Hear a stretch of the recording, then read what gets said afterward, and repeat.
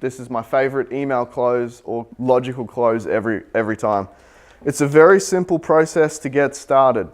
Pause. All I need from you is the simplest thing you damn well need. And then I can tell them what you're going to do. How does that sound?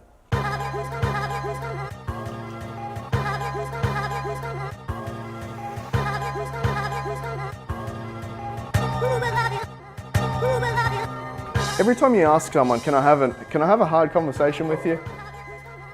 The intrigue will always outweigh the, no, I don't want it. They're like, oh, okay. And then they start getting themselves. But it's...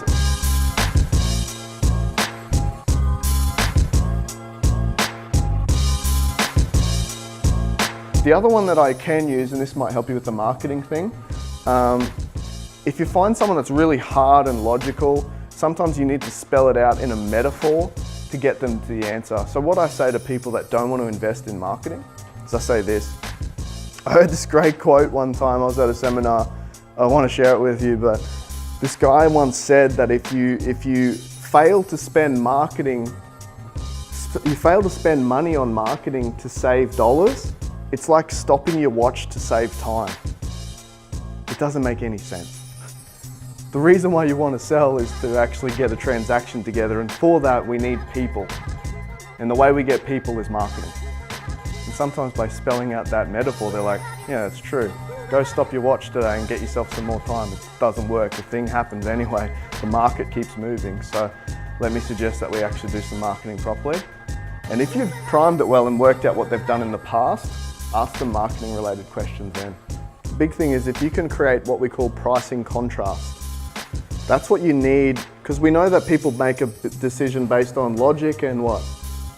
Emotion. So the best way that you can sell anything logically is by what we call a pricing contrast. So a pricing contrast is you invest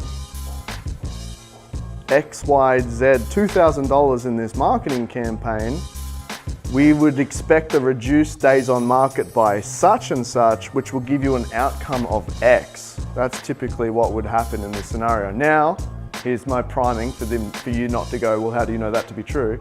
Now, I don't have a crystal ball here, right? So if I could predict the future, I wouldn't be in this job. I'd be straight down to the local newsagent to get a whole bunch of lotto tickets, right?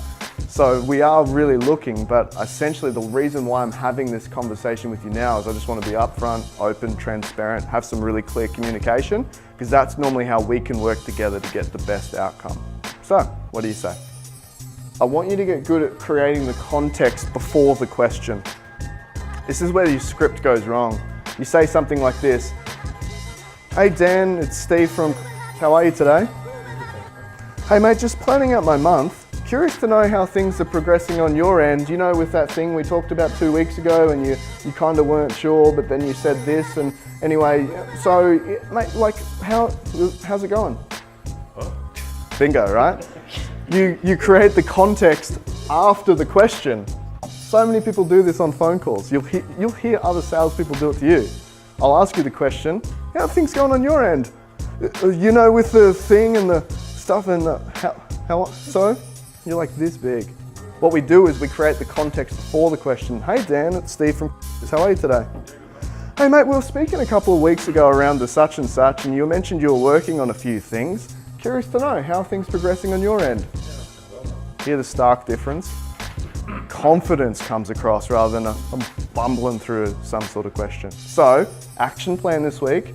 Get good at creating context, not after question, but before the question, and finish with this. And when you get to that full stop, what do? You shut the hell up for as long as it takes and watch your persuasion and your influence skyrocket.